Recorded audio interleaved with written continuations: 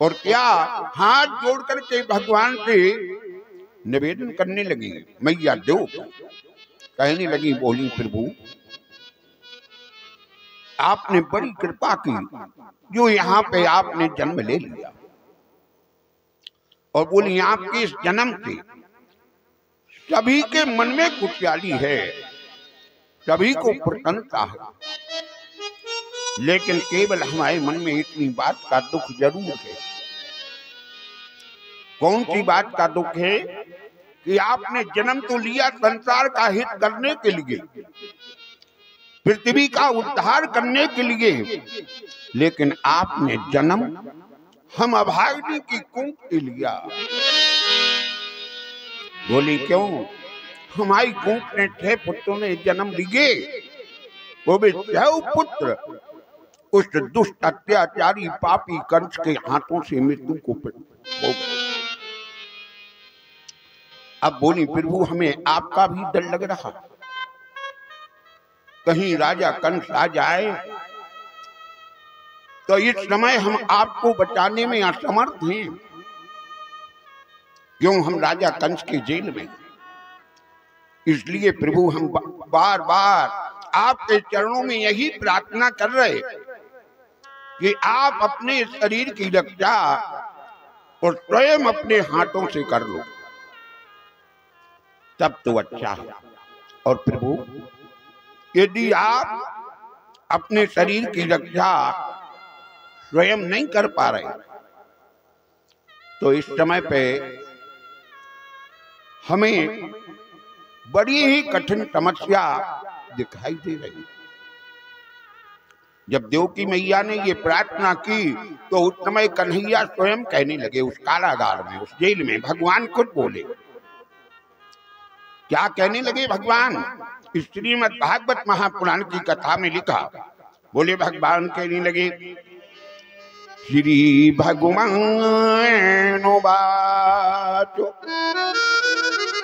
हे माता स्वयंभो मन्वन्तरे हिता पूर्वं तृतीये जन्मनि कृष्णे गर्भानामसीतो।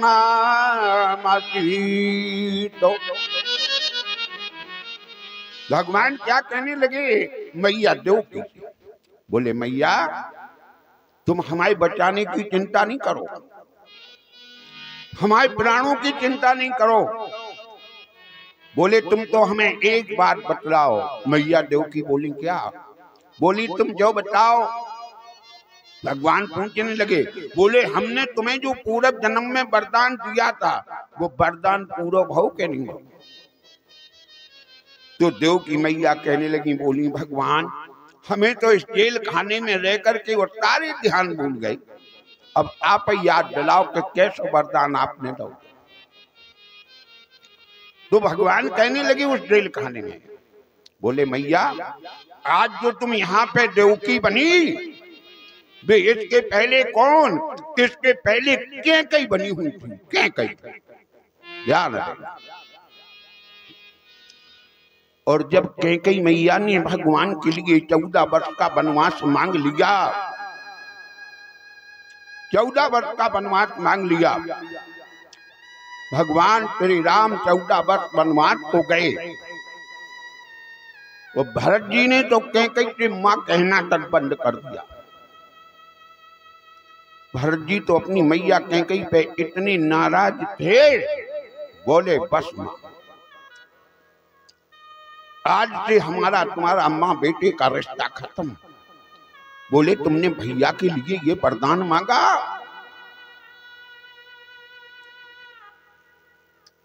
बोले क्यों मां? जिस समय तुम हमारे भैया बड़े भैया राम जी को और ये वरदान मांग रही थी उस समय पे तुम्हारी इस जीव में कीड़ा नहीं पड़े? भरतलाल जी कह रहे थे तुम्हारे शरीर में कोई पीड़ा नहीं हुई जब वरदान मांगा। बाबा गोस्वामी तुलसीदास जी लिख रहे, क्या कह रहे भरतलाल जी? भरतलाल जी, जीव माहे तोई, जीव माहे तोई पर न कीरा, परमागत तू ही भय न पीरा।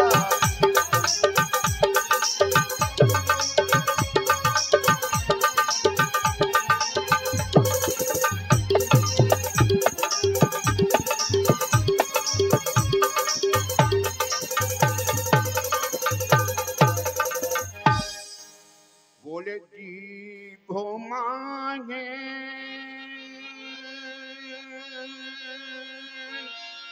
तू पर न कीरा, परमागतो तू भय न पीरा। बोले तुम्हारी जीव में कीड़ा नहीं पड़े।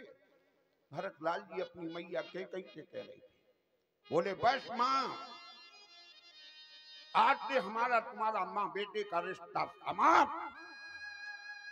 भरतलाल जी कहने लगे बोले आज से हम तुम्हें कभी माँ नहीं कहेंगे। कहीं मैया की आंखों की आंसू जा रहे और भरतलाल जी कह रहे माताई तुमने बड़ी अच्छी कृपा करी, बताओ जो वरदान मांग पाए। क्या कहने लगे मताई तेने भले वरदान मंगाए, भले वरदान मंगाए मताई तेने भले वरदान मंगाए, मताई तेने भले वरदान मंगाए, मताई तेने भले वरदान मंगाए, मताई तेने भले वरदान मंगाए। भरतलाल जी पिता समानो भाई बन घूमे, पिता समानो भाई बन घूमे हम पे लालो बजाए, मताई तेने भले वरदान मंगाए, मताई तेने भले वरदान मंगाए।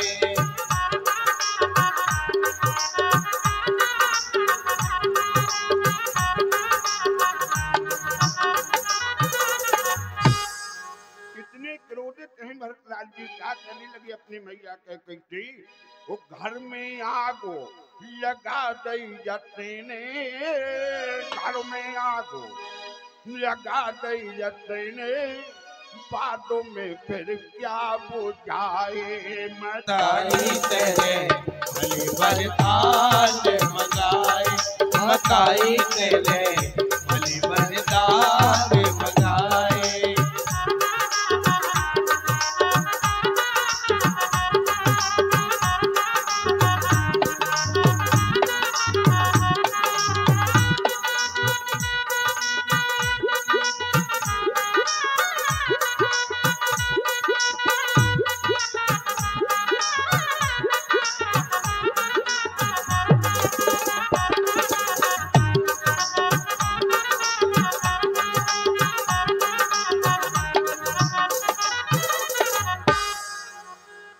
तो क्या उस समय और भरत जी ने त्यागन कर दिया अपनी माँ कैकेयी का।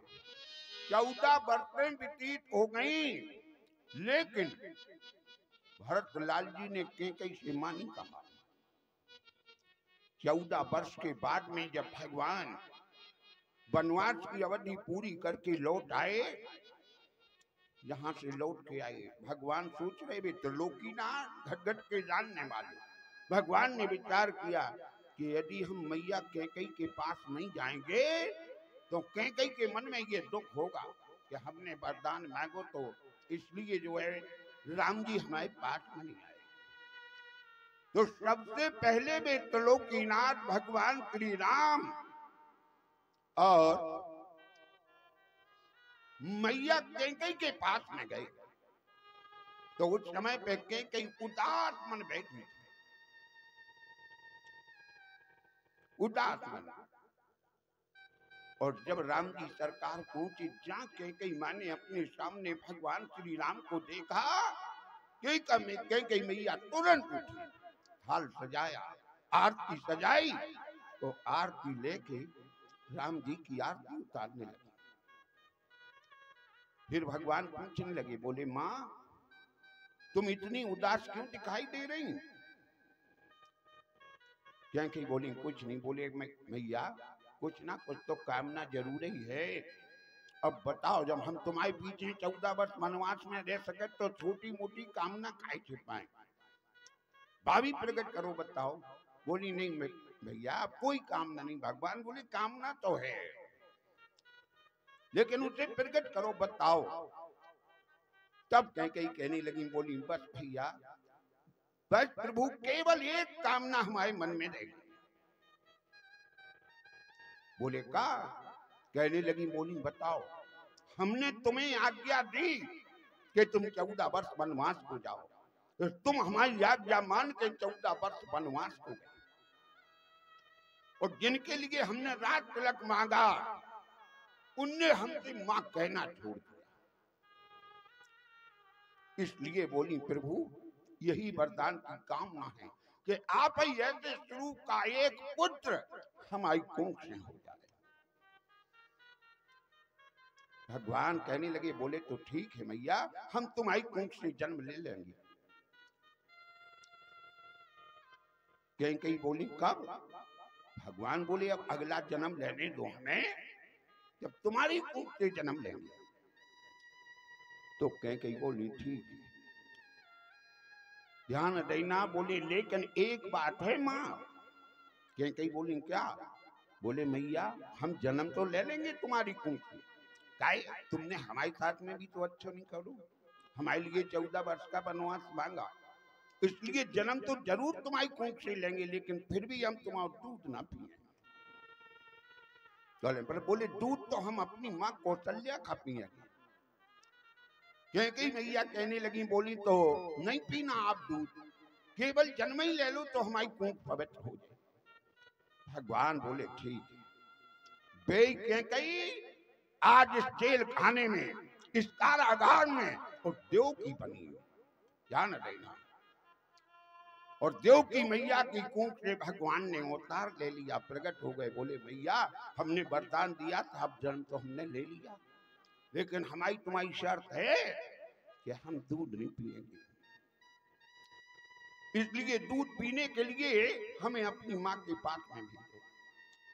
तो देव की मैया पूछने लगी, बोली कहाँ है इस समय तुम्हारी मैया कौशल्या? तो उस समय भगवान बताने लगे उस जेल कहने में। बोले हमारी मैया कौशल्या इस समय नंद बाबा के घर में, गोकुल में, नंद बाबा के यहाँ पे यशोदा बनी हुई है, इसलिए हमको लेके और यशोदा मैया के पास में भेज दो। और बोली सुनो मैया तुम्हारे लिए भी हमने साधन बना दिया। बोली क्या? कहने लगे हमने अपनी योग माया को और पुत्री बना करके भेज दिया, तो हमारी योग माया कन्या का रूप धारण करके यशोदा मैया के साथ में लेटी,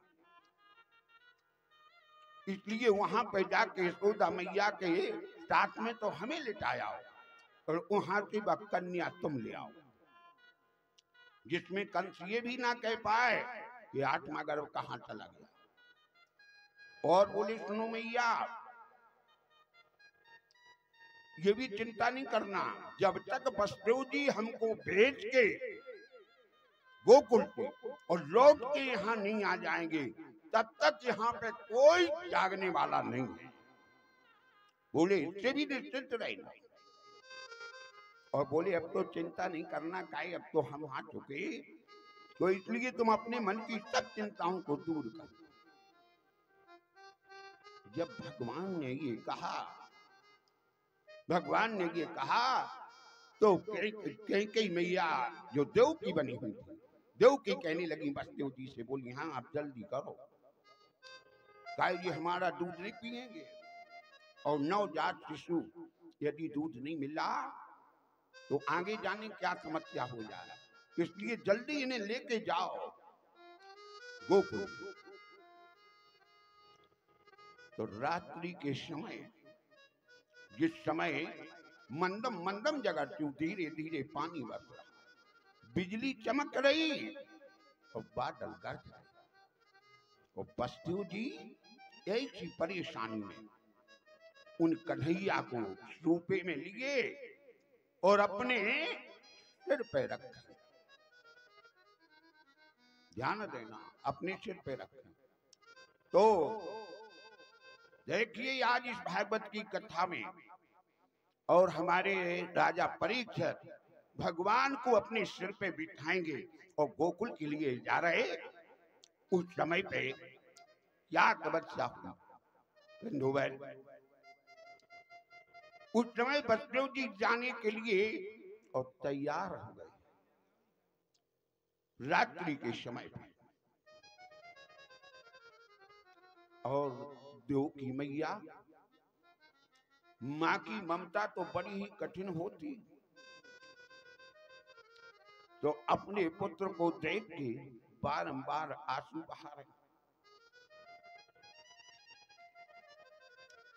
बारंबार आंसू बहा रही। और बसदेव जी जाने के लिए तैयार हो गए। रात के समय विचार करना, जहां से उन कन्हैया को लेके और बसदेव जी उस मथुरापुरी से, राजा कंस के कारागार से, राजा कंस के कारागार से, और जब गोकुल जाने के लिए तैयार, पानी बरस रहा और उस समय मैया देव की क्या समस्या, बोले उस समय लेके वसुदेव मथुरा से गोकुल चले, लेके वसुदेव मथुरा से गोकुल चले। माँ की ममता खड़ी देखो रह गई, लेके वसुदेव मथुरा से गोकुल चले, लेके वसुदेव मथुरा से गोकुल चले। माँ की ममता खड़ी देख दी नहीं गई, लेके वसुदेव मथुरा से गोकुल चले। माँ की ममता खड़ी देखो तीन गई, लेके कहीं जिसके सिर पे भगवान बैठ जाए, जिसके सिर पे भगवान विराजमान हो में, तो जीवन की सारी परेशानियां, सारी आपत्ति दूर हो जाती है। और कहूं जिनके सिर पे कहूं शनिचर बैठ जाए, समझ लो तो बने बनाए काम बिगड़ जाए, बने बनाए काम बिगड़ जाए। आज देखिए हमारे राजा परीक्षित का भाग के सिर पे भगवान विराजमान है, तो क्या उस समय लेके वसुदेव मथुरा से गोकुल चले, लेके वसुदेव मथुरा से गोकुल चले। माँ की ममता घड़ी देखो रह गई, लेके वसुदेव मथुरा से गोकुल चले, लेके वसुदेव मथुरा से गोकुल चले। माँ की ममता खड़ी देखो तीन गई, लेके वसुदेव मथुरा से गोकुल चले। माँ की ममता घड़ी देखो रह गई, लेके वसुदेव मथुरा से गोकुल चले।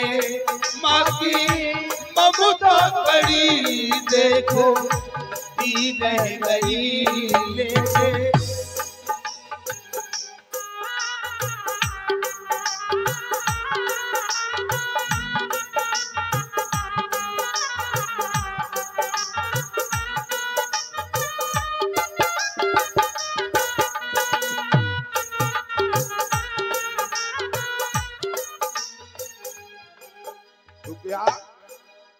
बसदेव जी लेकर के जा रहे और जहां से बसदेव जी ने सिर पे उन भगवान को रखा और बाहर निकले उस जेल के, जहां से जेल के बाहर निकले तो समस्या क्या कि रात के 12 बजे अंधेरी रात और पानी बरस रहा, बिजली चमक रही तो बादल गरज आए। जब बिजली चमक जाए, जब बसदेव जी आगे पांव रख पावे, ऐसे नहीं मिल जाए भगवान। ध्यान देना, उन भगवान के लिए कुछ ना कुछ कष्ट उठाना पड़ता। और भगवान जहां से द्वारे निकले, विचार करना तो उस समय पे भगवान ने विचार किया कि कहीं बसदेव जी का मन यहां वहां ना हो जाए, हमसे विलग ना हो जाए।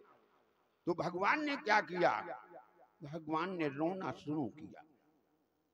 जब भगवान ने रोना शुरू किया, अब बसदेव जी सोचने लगे, बोले प्रभु अब यदि आपने रोब शुरू करो, कहूं बोले ना जगत हुए को तो जगह पर आ। वो बोले तुम्हारी तो कछू नहीं, तुम्हें तो को कछू ना बोले, लेकिन हम तो ऐसे सुधर नहीं। बोले इसलिए भगवान हम आपने जी प्रार्थना कर रहे, आपके चरणों में बारंबार निवेदन कर रहे। क्या कहने लगे भगवान से बसदेव जी? बसदेव जी कहने लगे प्रभु धीरे धीरे रोना कोई सुनना ले, सुनना ले कोई सुनना ले, धीरे धीरे रोना कोई सुनना ले, सुनना ले कोई सुनना ले, धीरे रोना कोई सुनना ले,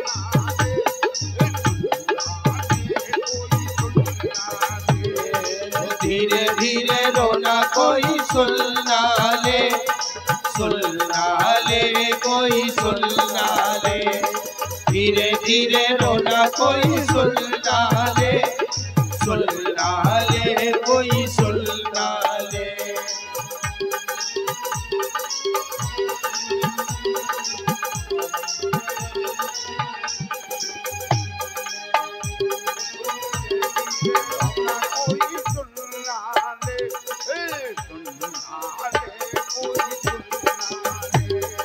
धीरे धीरे रोना कोई सुनना ले, सुनना ले कोई सुनना ले, धीरे धीरे रोना कोई सुनना ले, सुनना ले कोई सुनना ले। भगवान तो इसलिए लीला कर रहे थे कि बसदेव जी का मन कहीं हमसे अलग ना हो जाए, विलग ना हो जाए। भगवान के चरणों में मन लगा, प्रभु इतनी कृपा करना, इतनी दया करना। अब बसदेव जी लेके जा रहे रात्रि के समय, और कहा यमुना नदी के किनारे पहुंचे बसदेव। उस समय यमुना जी और इतनी जोर से चढ़ी हुई थी कि चारों तरफ यमुना जी का जल ही जल दिखाई दे रहा। अब बसदेव जी सोच में खड़े, बोले बताओ अब कैसे उस पार जा रहे, गोकुल कैसे पहुंच रहे?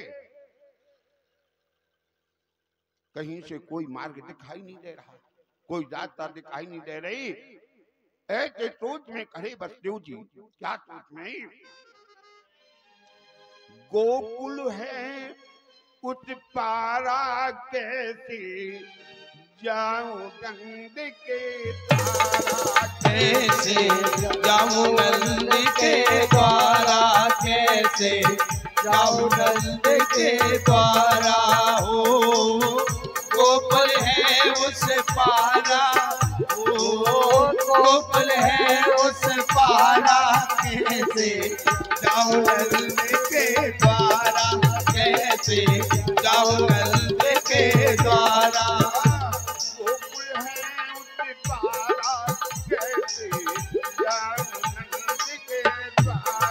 कैसे जाऊं नंद के द्वारा, हो गोकुल है उस पारा, कैसे जाऊं नंद के द्वारा, कैसे जाऊं नंद के द्वारा।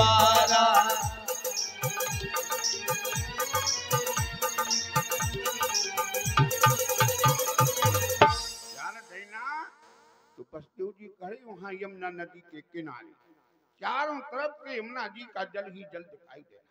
वो बसदेव जी सोच रहे अपने मन में, बोले बताओ भगवान ऐसे समय पे प्रकट हुए कि चारों तरफ जल के अलावा कुछ नहीं दिखाई दे रहा। अब सोच रहे बसदेव जी का और कौन महीना में जन्म ले लेती, चैत में हो जाते कि बैसाख में हो जाते, क्योंकि बोले बताओ।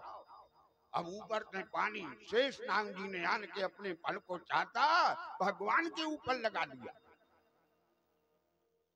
तो बोले ऊपर से पानी गिर रहा और नीचे पानी दिखाई दे रहा। ऐसे समय पे भाई भगवान अगर बोले सूखे समय में होते तो चलो बोले आनंद से तो पहुंच जाते। तो बसदेव जी जो ही सोच रहे क्या, भादों का महीना, भादों का महीना जमुना करे लो, कंस की जेलों में देखो तो। भादों का महीना जमुना करे लो, कंस की जेलों में देखो जन्मे लल्लक तो।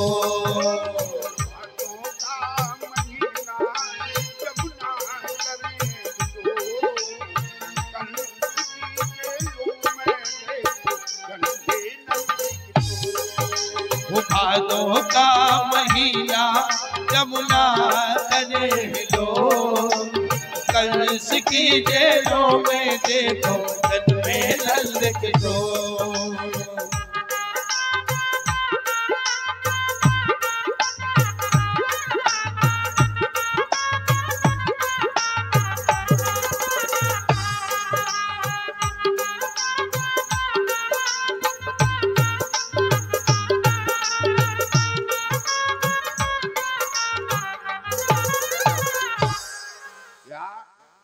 बसदेव जी खड़े, बसदेव जी ने विचार किया कि जाना तो है ही, यदि नहीं जा रही तो बताओ नवजात शिशु, यदि दूध नहीं मिला तो और बड़ी आपत्ति आ जाए।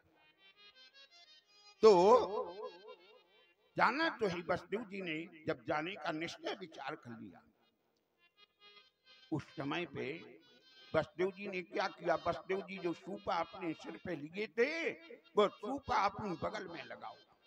सोचने लगे बसदेव जी कि रात्रि का समय यदि कहीं बालक रोने ही लगे और यदि पांव चलाने लगे तो ऐसे ही ना हो कि जमुना जी में चली जाए, तो हमारा बचाना और ना बचाना बराबर करा।